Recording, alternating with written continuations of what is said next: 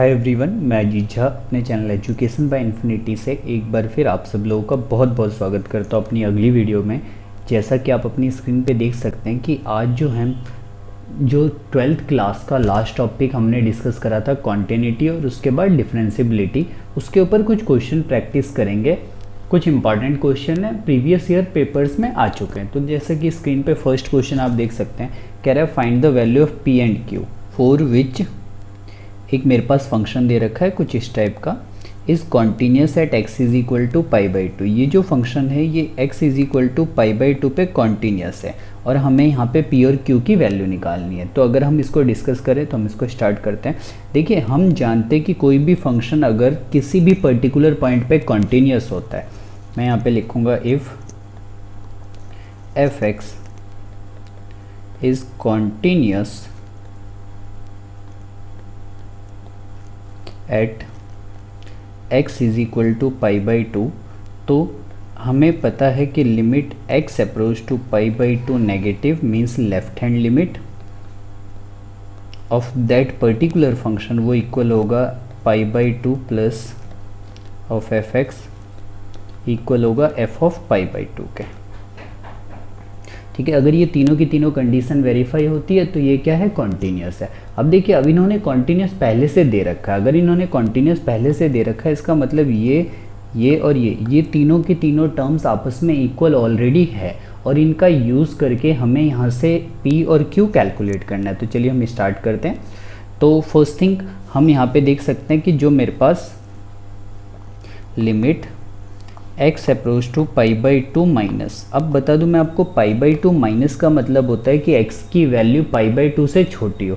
तो आप देख सकते हैं अगर x की वैल्यू π/2 से छोटी होगी तो फंक्शन यहाँ पे एग्जिस्ट करेगा तो उस फंक्शन की वैल्यू जो है ये हो जाएगी। तो यहाँ पे हम कंसीडर करेंगे 1 माइनस साइन की क्यूब x अपॉन में 3 कॉस स्क्वायर x, जो इक्वल होना चाहिए हमारे limit x approach to π/2 plus का मतलब x की वैल्यू π/2 से बड़ी हो, और अगर x की वैल्यू π/2 से बड़ी होगी तो फंक्शन कहाँ पे एग्जिस्ट करेगा, यहाँ पे, और जो वैल्यू होगी उसकी वो ये वाली कंसीडर करी जाएगी। तो यहाँ पे आ जाएगा q 1 minus sine x upon में पाई माइनस 2x का स्क्वायर इक्वल, और यहाँ पे f ऑफ π/2 का मतलब है जहाँ पे इक्वल टू का सिंबल कंजिस्ट करता हो। तो इक्वल टू का सिंबल कहाँ पे है हमारे पास, मिड वाली टर्म में, तो यहाँ पे सीधा क्या आ जाएगा, हमारे पास आ जाएगा p।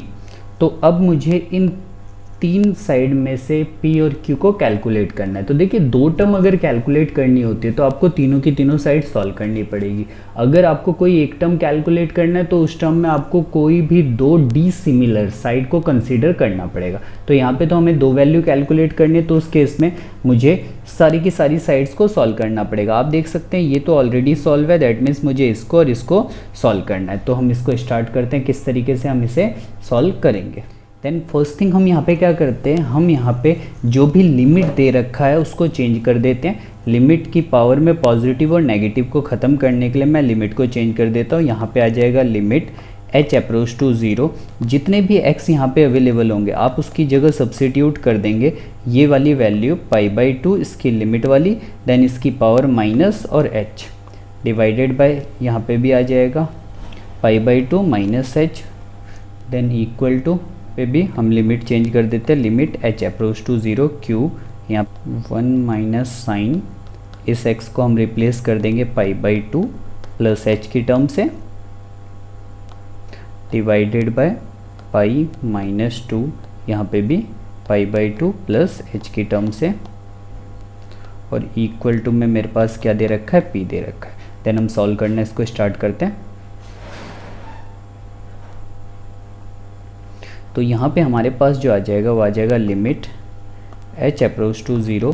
देखिए, साइन 90 माइनस थीटा, साइन की क्यूब π/2 माइनस x है, साइन 90 माइनस थीटा ये होता है कॉस थीटा, तो ये आ जाएगा कॉस की क्यूब h डिवाइडेड बाय 3, और कॉस 90 माइनस थीटा ये आ जाएगा sine square h, which is equal to limit h approach to 0, जब मैं इसको सॉल्व करता हूँ तो ये मेरे पास आ जाएगा sine pi by 2 plus H. कौन से क्वाड्रेंट में लाई कर रहा है? ये लाई कर रहा है हमारा quadrant second. Quadrant second already sine का होता है, तो ये आज पे साइन 90 प्लस थीटा, ये बन जाएगा कॉस एच डिवाइडेड बाय, जब मैं इसको सॉल्व करूँगा तो पाई से पाई कैंसिल हो जाएगा और यहाँ पे आ जाएगा 2h का स्क्वायर इक्वल टू पी। अब हम इसको सॉल्व कर लेते हैं। यहाँ पे a की क्यूब माइनस बी की क्यूब की आइडेंटिटी लग जाएगी इस टर्म में, और यहाँ पे उसका जो आइडेंटिटी होता है हमारा वो हो जाता है a माइनस बी, a का स्क्वायर प्लस b का square plus A B means cos H multiply by 1, और नीचे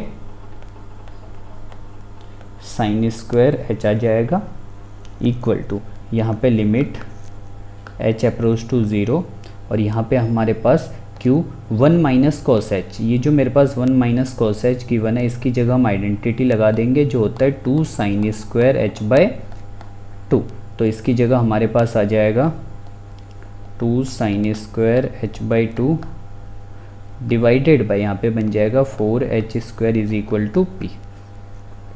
देन हम इसको आगे सॉल्व करते हैं।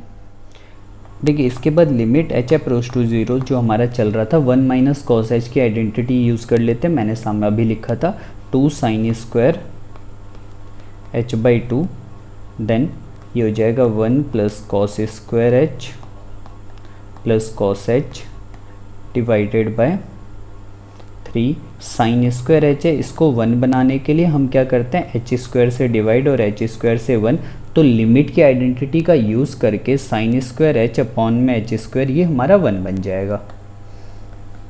देन यहाँ पे हम limit h approach to 0 q 2 sine square h by 2 divided by 4h square, और इस साइन को 1 बनाने के लिए हम क्या करते हैं h बाई 2 के होल स्क्वायर से मल्टीप्लाई और h बाई 2 के होल स्क्वायर से डिवाइड कर देते हैं, इक्वल टू हमारे पास आ गया p, कुछ इस टाइप से। देन इसके बाद आप देख सकते हैं, देखिए जो मेरे पास आइडेंटिटी से सॉल्व हो जाएगा उसको हम सॉल्व कर देंगे, तो limit h approach to 0 2 sine square h by 2, इसको भी हम आइडेंटिटी से सॉल्व कर सकते हैं, तो इसके लिए हम यहाँ पे क्या करेंगे h बाई 2 के होल स्क्वायर से डिवाइड और h बाई 2 के होल स्क्वायर से मल्टीप्लाई। देन उसके बाद हमारे पास क्या बच रहा है 1 plus cos square H plus cos H divided bye 3h square वाली टर्म अवेलेबल है। साइड आप देख सकते हैं कि ये जो मेरे पास टर्म है ये भी लिमिट की आइडेंटिटी से 1 बन गया, तो मेरे पास यहाँ पे आ गया limit h approach to 0 2q divided by 4h square multiply by h square upon में 4 इज इक्वल टू p। तो जब मैं सॉल्व करता हूँ तो यहाँ पे ये मेरे पास टर्म क्या बन गई, ये मेरे पास टर्म 1 बन गई, तो यहाँ पे क्या क्या बच रहा है वो चेक कर लेते हैं। Limit h approach to 0 2h square upon में 4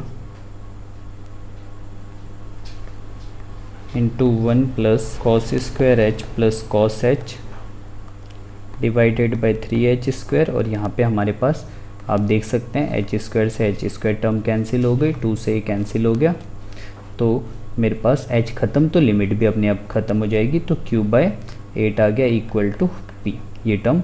और यहाँ पे जब मैं h स्क्वायर से h स्क्वायर को कैंसिल करता हूँ 2 इसको कैंसिल करता है, तो इसकी भी 0/0 फॉर्म ख़त्म होगा। जब 0/0 फॉर्म ख़त्म हो जाएगी तो हम लिमिट की वैल्यू डायरेक्ट सब्सिट्यूट कर देंगे, ये 1 हो जाएगा, ये भी 1 हो जाएगा, तो ऊपर मेरे पास जो टर्म आ गई वो आ गई 3 divided by 2 into 3 is equal to q by 8 is equal to p।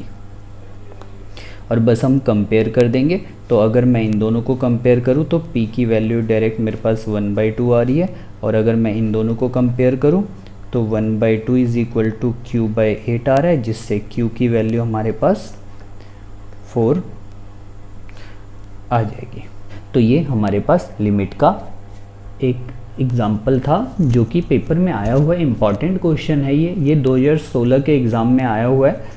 Then हम इसके बाद अगला एग्जाम्पल अपना देख लेते हैं। तो देखिए हमारा नेक्स्ट क्वेश्चन है, आप देख सकते हैं अपनी स्क्रीन पे, यहाँ पे लिखा हुआ है let f x is equal to 1 minus cos 4x upon में x square when x is less than equal to when x is less than 0 and a when x is equal to 0 and x is greater than 0।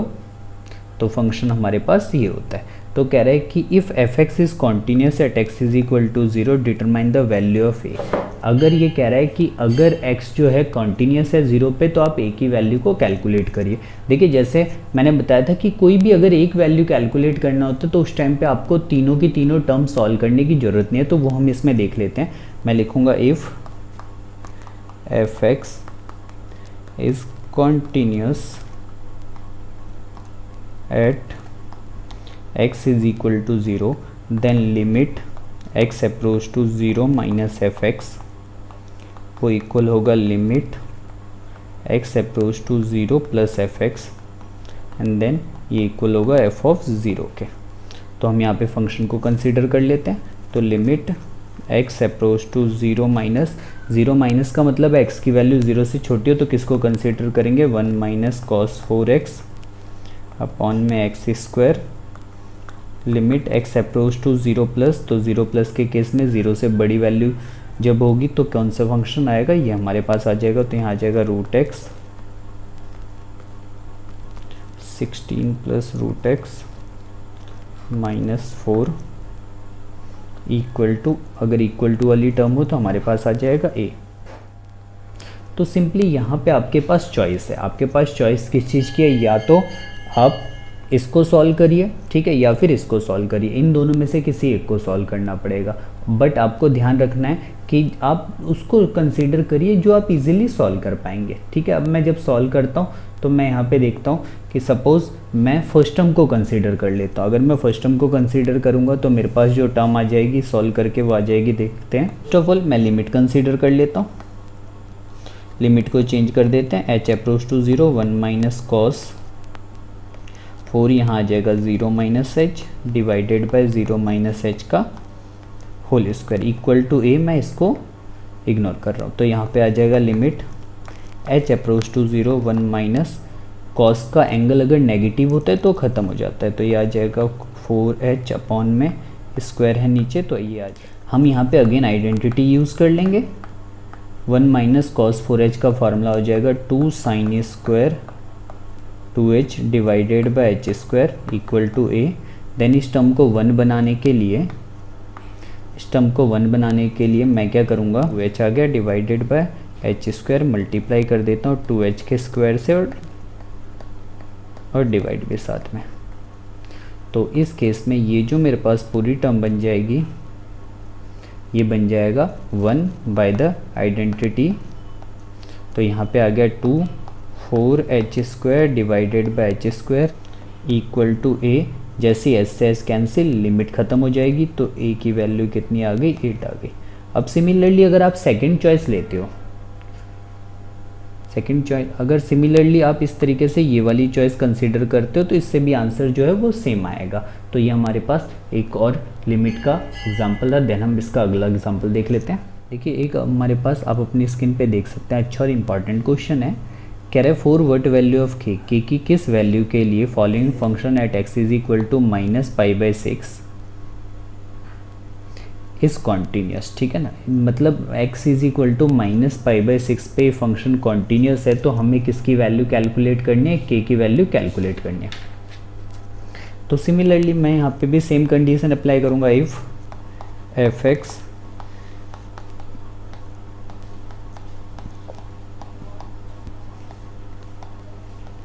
x is equal x approach to -π/6 x equal to -π/6। तो similarly limit x approach to -π/6 की power minus F x वो equal होना चाहिए limit x approach to -π/6 की power positive F x equal होना चाहिए f of -π/6। तो देख लेते हैं हम हमारे पास क्या क्या अवेलेबल है। तो देखिए लिमिट x अप्रोच टू -π/6 की पावर नेगेटिव, इसका मतलब है कि यहाँ पे मेरे पास आ जाएगा √3 sin x plus cos x upon में x प्लस π/6 इक्वल, पॉजिटिव के केस में भी ये इसी को कंसिडर करेगा, तो -π/6 की पावर पॉजिटिव, तो वो हो जाएगा √3 sin x plus cos h divided by x plus π/6 और इक्वल टू हो जाएगा हमारे पास k के। और आपको जैसा मैंने अभी बताया कि अगर किसी भी एक टर्म की वैल्यू कैलकुलेट करनी है तो उस टाइम पे आपको कोई भी दो टर्म यहाँ पे लेना है और वो दोनों के दोनों टर्म एक जैसी नहीं होनी चाहिए। इसका मतलब मैं इसको कंसीडर कर लेता हूँ और इसको, और मैं इस टर्म को इग्नोर कर देता हूँ। आप चाहे तो किसी को भी एक ही टर्म को आपको इग्नोर करना है। तो जब मैं इसको सॉल्व करता हूँ तो मेरे पास आ जाता है लिमिट x अप्रोच टू -π/6 की पावर पॉजिटिव। इस टर्म में मैं फॉर्मूला आइडेंटिटी यूज़ करने के लिए इसको 2 से मल्टीप्लाई और 2 से डिवाइड कर देता हूँ।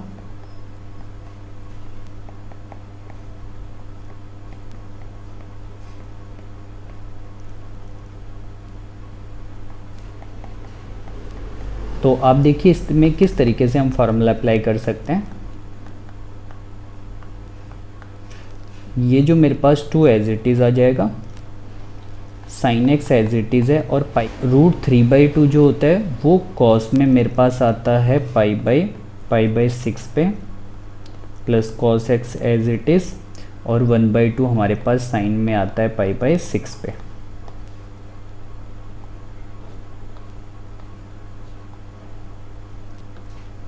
अपॉन में x plus π/6 is equal to k as it is, और यहाँ पे हमारे पास आइडेंटिटी यूज़ हो रही है sin x into cos y plus cos x into sin y। ये फार्मूला होता है sin x प्लस y का।